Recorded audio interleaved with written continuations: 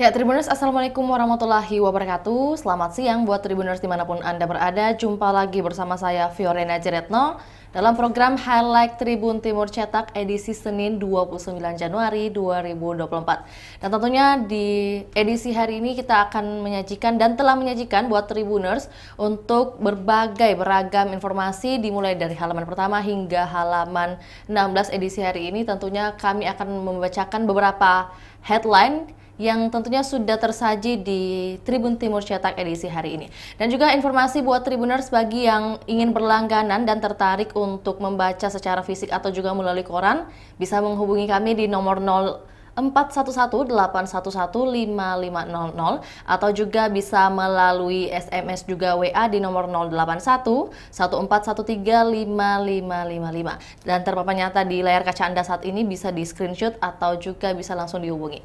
Kemudian kita langsung saja beralih ke halaman nomor 1, di mana di highlight atau di paling atas, bagian kiri atas, sudah terpampang nyata countdown 15 hari lagi menuju pemungutan suara pemilu serentak 2024, tepatnya 14 Februari nanti mendatang.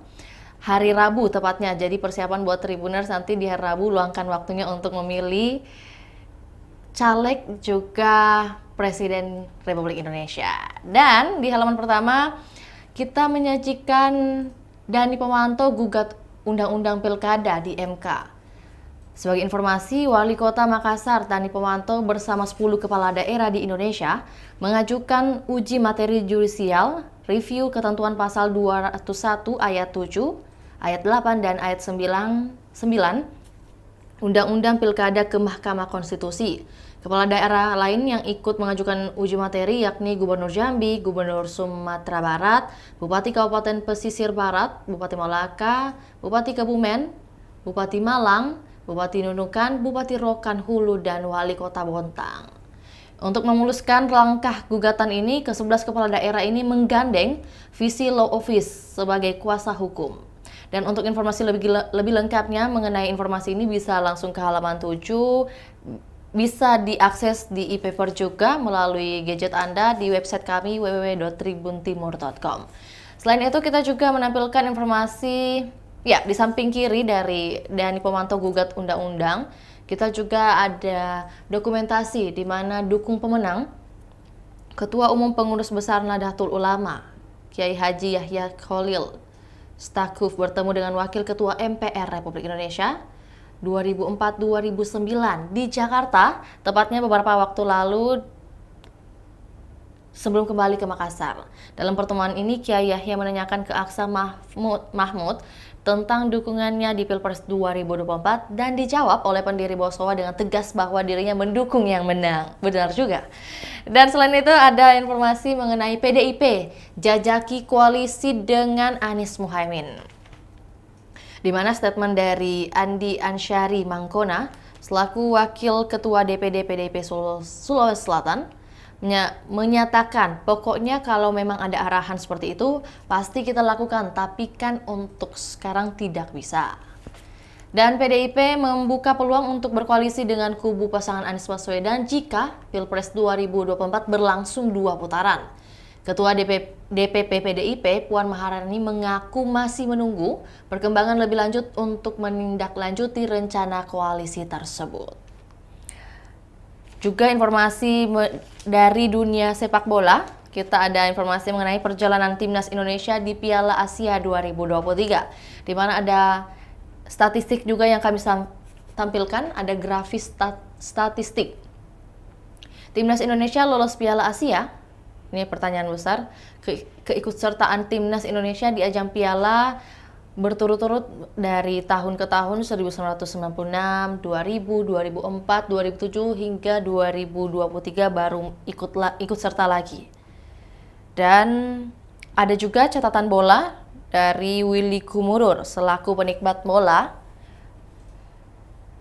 di mana Stadion Camp Nou, markas pasukan Barcelona, bergemuruh tatkala tim Catalan itu menghajar tim asal Merseyside atau yaitu Liverpool dengan skor telak 3-0.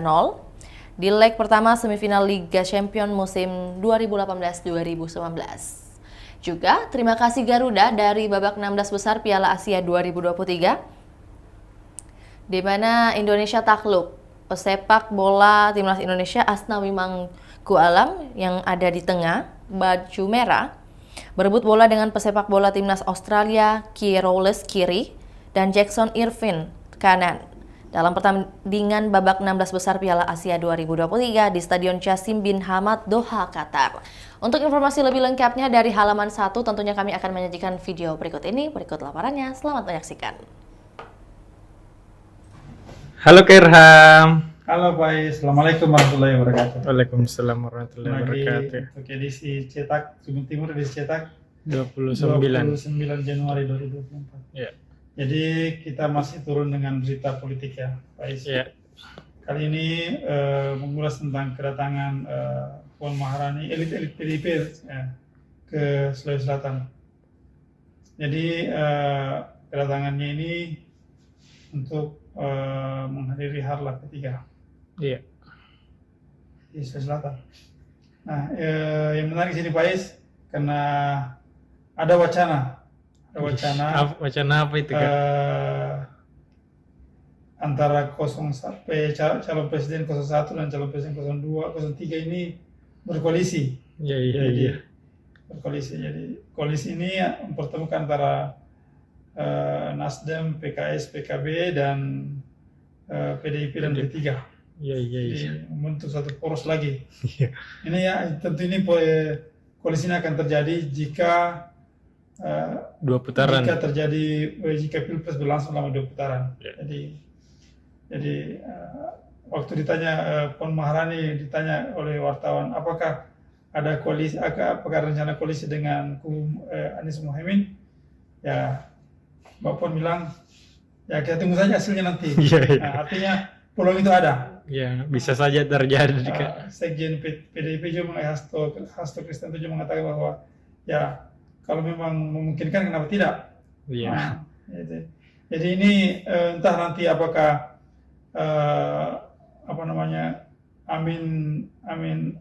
Anies Mohaimin atau Ganjar Mahfud yang masuk putaran kedua atau bagaimana? Jadi nanti hasilnya kita tunggu saja nanti tanggal 14 Februari 2024 nanti. Iya. Apakah keduanya betul-betul akan berkoalisi atau tidak, atau justru salah satunya akan menang satu putaran. Kita tunggu saja nanti. Iya. Karena hasil pemilu kan ini kan masih kita belum tahu mana yang akan menjadi pemenang nantinya, apakah 01, 02 atau 03. Jadi tergantung nanti hasil pemilihnya. PDIP Perjuangan Sulawesi Selatan juga menyatakan tidak menutup kemungkinan untuk berkoalisi dengan pasangan Amin di Sulawesi Selatan. Sebab di beberapa pilkada di Sulawesi Selatan juga keduanya PDIP dan partai-partai pengusung Amin juga sudah sempat berkoalisi. Iya. Ya, jadi karena ya, memungkinkan untuk tetap akan berkoalisi nanti. Kemudian Pak Is, yang lainnya masih di halaman 1, PDIP juga mengkritik sebuah video yang beredar di media sosial yang menggambarkan Ibu Negara Iriana Jokowi yang mengendarai mobil dinas kenegaraan mengacungkan 2 jari. Jadi entah itu apakah sifatnya spontan atau memang yang lainnya kita tidak tahu. Cuma PDIP menganggap bahwa itu adalah sebuah yang hal-hal yang sebenarnya tidak bagus untuk demokrasi Indonesia, sebab menggunakan fasilitas negara untuk memperlihatkan untuk berkampanye ceritanya gitu. Iya. Jadi PDIP meminta hal-hal itu diulangi lagi, karena apalagi oleh para pejabat negara yang masih menggunakan fasilitas negara. Jadi ini sejalan dengan pernyataan Pak Jokowi mengatakan bahwa boleh berkampanye tapi cuti atau meninggalkan fasilitas negara yang dimiliki. Itu yang menarik dari berita halaman 1 untuk headnya apa is. Dan lebih lengkapnya silakan baca halaman 1 di cetak Tribun Timur Senin 29 Januari 2024. Kemudian berita berikutnya Pak Is tentang hasil perjuangan timnas Indonesia melawan Australia di babak 16 besar 16. Piala Asia 2023. Sayang sekali Faiz, timnas Indonesia harus terhenti di babak 16 besar karena dikalahkan oleh Australia dengan skor menyolok 4-0. Tapi dari segi statistik sebenarnya timnas Indonesia lumayan Bagus. istilahnya melawan lah Iya. dibandingkan dengan Australia. Penguasaan bola Australia cuma 54% lebih. Indonesia ya sebenarnya dari segi statistik penguasaan bola itulah bisa kita lihat bahwa sebenarnya permainan Indonesia tidak Tidak kalah jauh ini. Iya. Apalagi yang lawannya adalah peringkat ke-17 dunia tingkat FIFA. Dan Indonesia kan 146. Jadi kalau misalnya Indonesia kalah ya wajar lah. Lagi pula Indonesia masuk ke babak 16 besar Piala Asia ini sudah merupakan rekor terbaru bagi timnas Indonesia. Selama ini kan timnas Indonesia hanya berkutat di fase grup. Iya. Jadi ini merupakan juga pelajaran bagi para pemain timnas Indonesia supaya di perhelatan Piala Asia berikutnya lagi bisa lebih berbicara banyak lagi. Iya. Meskipun kalah, tapi para netizen Indonesia ini ya banyak berbangga kepada timnas Indonesia.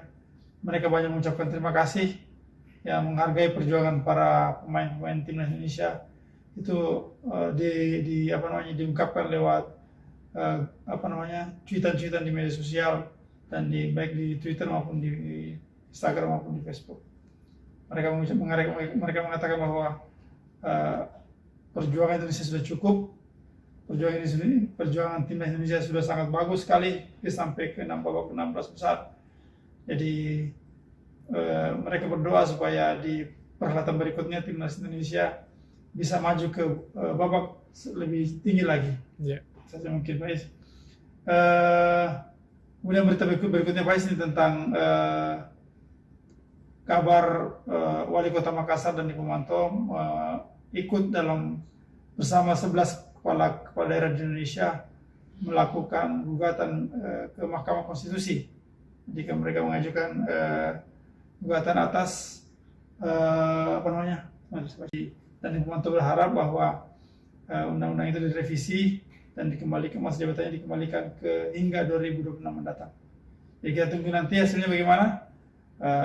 Mudah-mudahan dari Pemantau berharap ada perbaikan di pasal tersebut dan mereka bisa kembali ke menjabat sampai 2026 mendatang.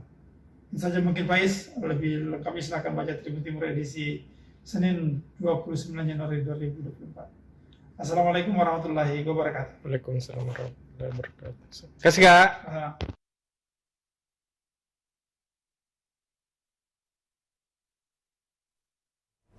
Baik, Tribuners, selanjutnya kita beralih ke rubrik Makassar dengan berbagai headline pastinya. Di mana headline pertama, pegawai gotong royong demi Adipura. Ini ada 19 titik dinilai Kementerian LHK hari ini, di mana pelaksana tugas PLT dari Kepala Dinas Lingkungan Hidup Makassar, Ferdi Mokhtar, menyebut ada 19 titik yang menjadi lokus penilaian tim KLHK. Beberapa di antaranya seperti TPA Tamangapa, Bank Sampah Pusat, RSUD Dayak, Puskesmas Makassau, Pasar Tradisional, tempat wisata Akarena, sekolah, hingga kantor pemerintahan. Khusus untuk TPA Tamangapa berada di bawah tanggung jawab DLH, namun tetap dibutuhkan kerjasama dengan sekolah terkait atau juga dinas terkait. Begitu juga dengan lokus lainnya seperti pasar tradisional dan juga sebagainya, hanya tinggal pembenahan di beberapa titik. Kemudian kita juga ada informasi mengenai perakiran cuaca wilayah Sulawesi Selatan per hari ini, di mana ada peringatan dini Kalaut Toa bagian utara dan Laut Flores bagian timur. Juga ini ada beberapa informasi mengenai Adipura Kota Makassar sendiri dimulai dari tahun ke tahun. Ada juga kerja bakti OPD, ada penilaian Adipura, kriteria predikat Adipura hingga kondisi non-fisik. Selain itu, kita ada informasi mengenai Wamenak Republik Indonesia kenang nilai moderasi beragama ala Gus Dur. di mana Wakil Menteri Agama Republik Indonesia Syaiful Rahmat Dasuki mengenang nilai moderasi beragama ala Presiden Republik Indonesia keempat, Kiai Haji Abdurrahman Wahid di hadapan petinggi dan umat agama Konghucu. Kegiatan moderasi beragama lintas agama yang dihelat oleh Pusat Pembinaan dan Pendidikan Konghucu Kemenak Republik Indonesia di Klenteng Ibu Agung Bahari, Kota Makassar. Selain dihadiri Wakil Menteri Agama Republik Indonesia, tampak juga Kepala Pusat Bimbingan dan Pendidikan Konghucu, Haji Susari, Ketua Majelis Tinggi Agama Konghucu Indonesia Provinsi Sulawesi Selatan, Dr. Ferdi Sutono, PLT Kepala Kantor Kementerian Agama, dan sebagainya. Keanekaragaman ini adalah statement yang disampaikan bahwa nilai dan sikap Bhinneka Tunggal Ika inilah yang kemudian menjadi perekat persatuan bangsa Indonesia. Disinilah pentingnya mempertahankan sikap moderat yang menjadi warisan leluhur bangsa kita. Ini juga sekaligus highlight buat Tribuners ketahui dan juga kita terapkan bersama-sama, di mana walaupun berbeda-beda tetapi inilah yang menjadi perekat agar kita semua bisa bertahan hingga saat ini. Dan juga ada informasi sekaligus dokumentasi di depan legislator PKS Yeni Rahman, warga Dapil Mamarita Makassar keluhkan bansos tak sesuai. Juga kami tampilkan lokasi reses Yeni Rahman, boleh dibantu perbesar sedikit. Lokasinya ada beberapa titik dan juga melibatkan unsur atau tokoh masyarakat. Iya. Untuk informasi lebih lanjut dari halaman atau rubrik Makassar, tentunya kami juga sudah menyediakan video yang akan kami tampilkan. Berikut laporannya, selamat menyaksikan. Kak Hasim. Ya, gimana? Ya. Apa dibahas di halaman Makassar hari ini, Kak? Kita membahas soal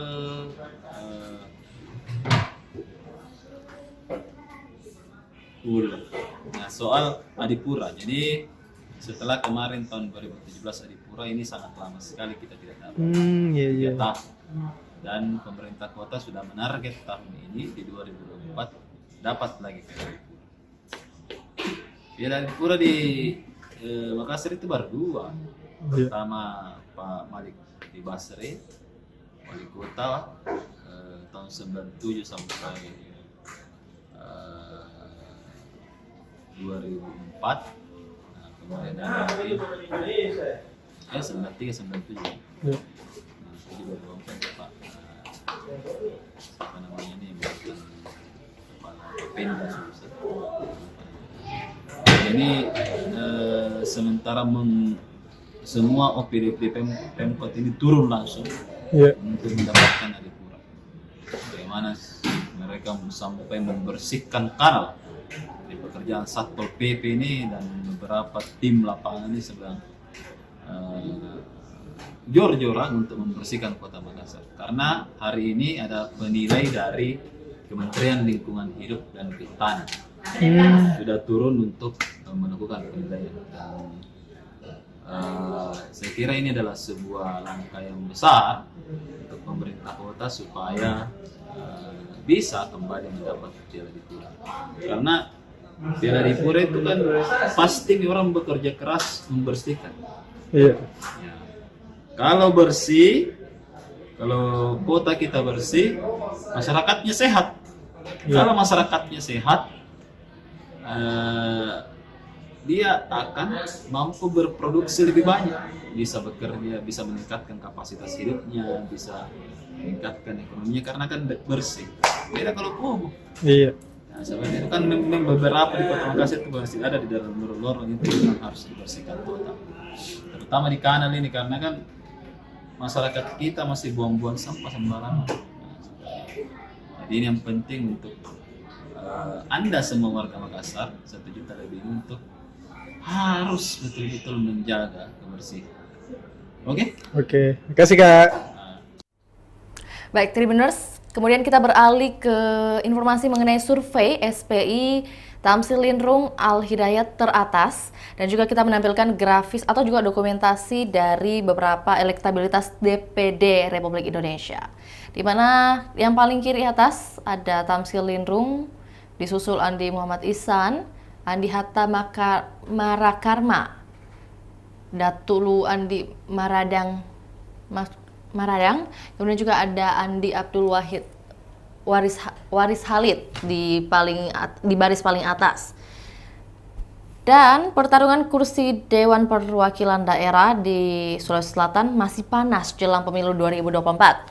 Sebanyak 4 kursi diperebutkan 18 calon, kini 15 wajah baru menantang 3 petahana. Di mana 3 petahana ini adalah Tamsil Lindrung, Lili Amelia Salurapa, dan Andi Muhammad Ihsan. Terbaru beredar survei terbaru di tanggal 17 hari jelang pemilu 2024. Kali ini hasil survei dari Lembaga Survei Parameter Indonesia atau SPI, 2 wajah baru menggeser petahana Lili Amelia Surapa di 4 besar. Dalam survei ini, petahana Tamsil Lindrung masih terlalu kuat bagi para calon lainnya. Elektabilitas mantan anggota DPR RI fraksi PKS itu menempati peringkat pertama, angkanya 14,2%.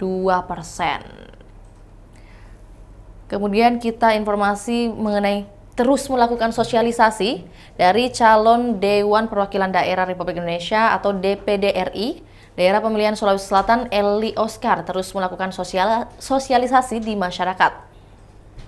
Di mana sebagai pendatang baru dan satu-satunya aktivis kepemudaan, Eli Oscar terus mensosialisasikan visi dan misinya. Ini ada dokumentasi dan juga caption, relawan dan simpatisan pemuda Sulsel mendeklarasikan calon senator Dewan Perwakilan Daerah Republik Indonesia, Eli Oscar di Warkop The King, Makassar pada Sabtu malam, tepatnya 27 Januari kemarin. Selain itu kita juga menampilkan caleg masih paku pohon. Masih ada pelanggaran nih yang terjadi di beberapa titik yang ada di Kabupaten Wajo, di mana katanya informasi ini menyampaikan bahwa Badan Pengawas Pemilu Kabupaten Wajo belum menertibkan alat peraga kampanye di sejumlah titik terlarang. Pantauan Tribun Minggu kemarin, tepatnya 28 Januari, baliho caleg bertebaran terpasang di pohon di sejumlah titik. Salah satunya di Jalan Rusa, dan Koordinator Divisi Penanganan Pelanggaran Data dan Informasi Bawaslu Wajo Herwan mengaku pihaknya telah mengirim surat rekomendasi penertiban ke Satuan Polisi Pamong Praja. Dan dari kategori lintas ada informasi dari Dinas Komunikasi dan Informatika atau Diskominfo Kota Makassar menggelar sosialisasi pemilu damai di kawasan Car Free Day, tepatnya berada di Jalan Boulevard pada Minggu kemarin, di mana PLT Diskominfo Ismawati Nur mengatakan sosialisasi tidak hanya menggaungkan pemilu damai, tapi juga mengajak masyarakat menggunakan hak suaranya.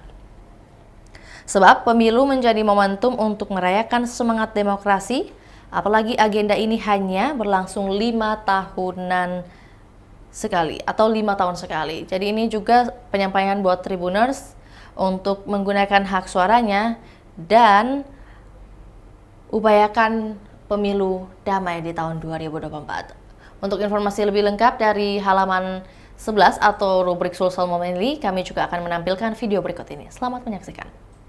Halo Kasim. Ya, halo gimana? Halo. Ya. Bagaimana?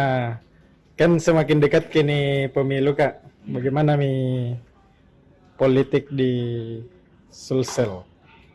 Politik di Sulsel pasti kan mendekati pemilu itu semakin kencang. Iya. Semakin jelas siapa yang akan dulu. Kita tinggalkan dulu pemilu dan pilpres, kita masuk ke DPD. Iya. Jadi semakin mendekati ini survei untuk calon DPD di Sulsel itu semakin semakin banyak. Untuk bulan ini saja ada 2 survei. Besok kita turunkan survei parameter Indonesia. Nah, survei ini merekap pendatang-pendatang baru. Iya. Lihat ada beberapa pendatang baru yang muncul. Ada seperti Pak Makpulau, Andi Maradang Makpulau, ini Raja Lu. Kemudian ada juga Alkirat Samsu, politisi PDIP dulu. Iya. Dan dia anak muda, satu-satunya anak milenial yang masuk dalam jajaran tertinggi untuk calon senator. Jadi memang agak seru ini pemilihan senator karena pertarungan antara orang tua dan orang muda. Iya. Antara nasionalis juga dengan perwakilan dari religius. Iya. Ini agak seru di sini pertarungannya. Dan kita turunkan besok hasil surveinya untuk 2 lembaga survei. Tetap kita update semua lembaga survei yang supaya berimbang lah. Iya. Nah, seperti itu. Anda baca di halaman 11 hari ini. Iya. Nah, kemudian yang lain juga kan ini juga bentuk pelanggaran pemilu ini nampaknya sangat nyata di jalanan. Seperti di aturan pemilu itu kan tidak boleh memaku pohon. Ini pohon semua dipaku. Aduh. Di jalan-jalan yang tidak bisa juga orang kampanye, maju kampanye. Jadi melanggar lah. Karena memang kan mungkin karena tidak ada tempat yang dilakukan oleh pemerintah. Iya. Dan begitu ribuan caleg yang menyerang. Jadi memang sangat kencang pertarungan jelang pemilihan tanggal 14 Februari. Tidak sampai lagi sekitar 15 hari lagi ya. Iya. Sekitar 15 hari. 15 hari lagi. Dan memang semakin kencang perputaran politik.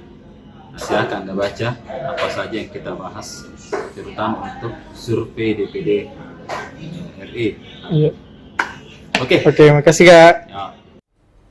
Baik Tribuners, itulah tadi beberapa informasi yang kami sajikan dalam Tribun Timur Cetak edisi Senin 29 Januari 2024. Dan tentunya buat Tribuners yang senang membaca informasi melalui fisik atau juga koran maksudnya, bisa menghubungi kami dengan berlangganan di nomor 0411 8115500 atau juga bisa menghubungi via SMS juga WA di nomor 081 14135555. Bisa Anda screenshot di layar kaca Anda atau bisa langsung juga ketik di ponsel Anda.